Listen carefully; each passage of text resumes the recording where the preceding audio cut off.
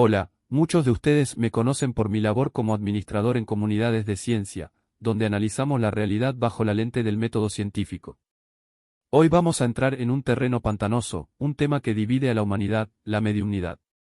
¿Es posible que algunas personas actúen como puente entre este mundo y el más allá, o estamos ante uno de los trucos psicológicos más complejos de nuestra especie? En los próximos minutos, vamos a desglosar la historia, los estudios neurocientíficos y la verdad que la ciencia ha descubierto sobre este fenómeno. El origen, las hermanas Fox y el espiritismo. Para entender la mediumnidad moderna, tenemos que viajar a 1848, a Hydesville, Nueva York. Dos adolescentes, las hermanas Kate y Margaret Fox, afirmaron que un espíritu se comunicaba con ellas mediante golpes en las paredes. Este evento encendió la mecha del espiritismo moderno. Miles de personas, incluyendo científicos de la época, quedaron fascinados. Sin embargo, la ciencia nos da un dato que pocos mencionan. Años después, Margaret Fox confesó que todo era un fraude. Los sonidos no eran espíritus, sino que ellas hacían crujir las articulaciones de sus dedos y rodillas de forma controlada. Pero el mito ya era más grande que la verdad, la necesidad de creer ya se había instalado en la psique colectiva. La evolución del negocio de la fe, lo que empezó como golpes en una mesa evolucionó a la escritura automática, el trance y la voz directa.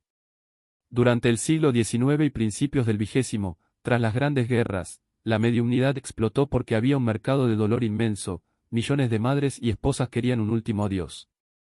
Aquí es donde la ciencia social pone la primera bandera roja. La mediumnidad suele florecer en tiempos de crisis y duelo masivo. No nace del contacto con el más allá, nace de una necesidad psicológica de consuelo. Pero, ¿cómo saben lo que saben?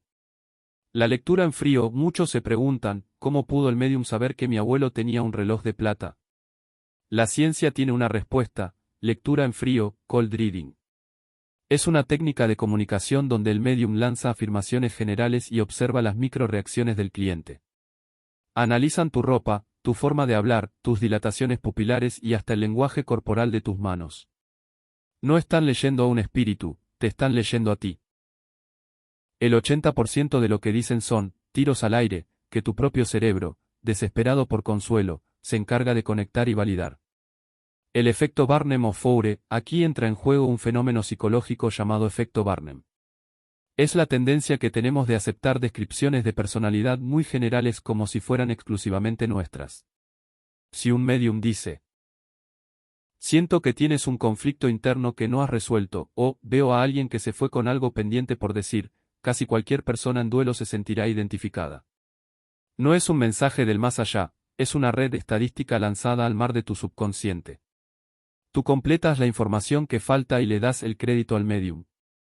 La validación subjetiva. La psique humana tiene un sesgo de confirmación, recordamos los aciertos y olvidamos los fallos. Si el medium lanza 50 nombres y acierta uno, tu cerebro registrará ese acierto como un milagro y borrará los otros 49 errores. Como administrador de grupos de ciencia, siempre digo, un reloj roto da la hora exacta 2 veces al día. La mediumnidad no sobrevive por su precisión, sino por nuestra necesidad de creer que la muerte no es el final. ¿Qué pasa dentro del cráneo? El estudio del espectro. Pasemos de la psicología a la biología pura. ¿Qué sucede en el cerebro de un medium mientras afirma estar en contacto con el más allá? Investigadores en Brasil realizaron estudios utilizando una técnica llamada SPECT, que mide el flujo sanguíneo cerebral. Analizaron a mediums experimentados durante la psicografía o escritura automática. Los resultados fueron asombrosos. Durante el trance, hubo una disminución drástica de la actividad en la corteza prefrontal izquierda y en el hipocampo. Estas son las áreas encargadas de la planificación, el razonamiento lógico y la autoconciencia. Disociación. La mente dividida. Para la neurociencia, esto no prueba que un espíritu entró al cuerpo, sino que el cerebro entró en un estado de disociación. Es un fenómeno donde la mente se separa de la realidad inmediata. Al apagar el filtro crítico de la corteza frontal, el cerebro permite que el subconsciente fluya sin censura. Es un estado similar al que alcanzan los artistas en un momento de inspiración máxima o los atletas en el estado de flujo.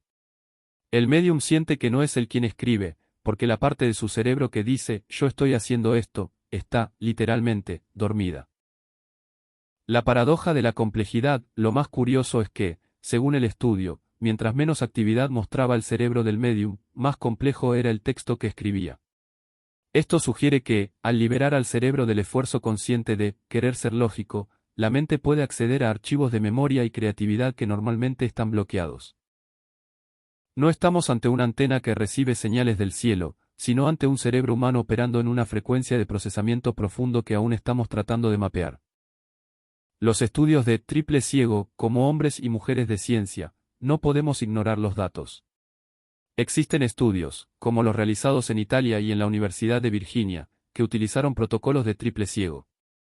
En estos experimentos, ni el médium, ni el investigador, ni la persona que recibía el mensaje sabían de quién se estaba hablando. Sorprendentemente, algunos médiums lograron identificar detalles específicos por encima de lo que el azar permitiría. Un metaanálisis de 18 estudios mostró resultados estadísticamente significativos. Pero, ¿es esto la prueba definitiva? Para la ciencia, un dato aislado es solo el comienzo, no la conclusión. El problema de la replicabilidad, aquí es donde la ciencia pone el freno. Un pilar del método científico es la replicabilidad. Si algo es real, debe poder repetirse bajo las mismas condiciones en cualquier laboratorio del mundo. Y esto es lo que no sucede con la mediumnidad. Cuando los controles se vuelven extremos, como en el famoso reto del $1.000.000 de James Randi, los aciertos desaparecen. Los resultados positivos suelen ocurrir en laboratorios específicos con muestras pequeñas.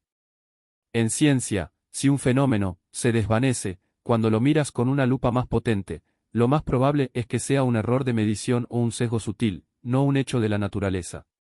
Sesgo de publicación y anomalías, también debemos considerar el sesgo de publicación. Por cada estudio que muestra que un médium acertó, hay cientos de experimentos fallidos que nunca se publican porque no son noticia. Lo que vemos en los medios es la anomalía, no la regla. La ciencia no niega que ocurran cosas extrañas en estos experimentos, lo que niega es que la explicación sea necesariamente espíritus. Podría ser telepatía, si aceptáramos lo paranormal, fuga de información o simplemente una racha de suerte estadística que luego no se vuelve a repetir. Hemos visto que la historia de la mediumnidad está llena de fraudes confesos, pero también que la ciencia moderna encuentra anomalías en el cerebro que aún no terminamos de explicar. ¿Por qué, a pesar de la falta de pruebas físicas, millones siguen acudiendo a los médiums? Porque la psique humana odia el vacío. El duelo es uno de los procesos más dolorosos que enfrentamos, y nuestra mente prefiere una mentira piadosa que un silencio eterno. La mediumnidad no sobrevive gracias a los espíritus, sobrevive gracias a nuestro amor por los que se fueron. El rol del pensamiento crítico, como administrador de este grupo de ciencia, mi objetivo no es decirte en qué creer, sino darte las herramientas para que no seas manipulado. La ciencia no es una enemiga de la espiritualidad, es simplemente un filtro contra el engaño. Cuando entendemos que nuestro cerebro es capaz de crear voces, visiones y sensaciones de paz a través de la disociación, no estamos quitándole magia a la vida, estamos descubriendo el asombroso poder de nuestra propia biología. No necesitas un intermediario para honrar a tus muertos, tu propia memoria y tu conciencia son el puente más real que existe. Tu psique es el poder, la verdadera llave de Salomón, o el verdadero secreto de los médiums, no está en el más allá, sino en el más acá. En las profundidades de tu mente. No permitas que nadie use tu dolor como mercancía. Investiga, cuestiona y sobre todo, confía en tu capacidad de razonar. Gracias por acompañarme en estos minutos de exploración científica. Recuerda siempre que, ante el misterio y ante el control, tu psique es más poderosa que cualquier cosa.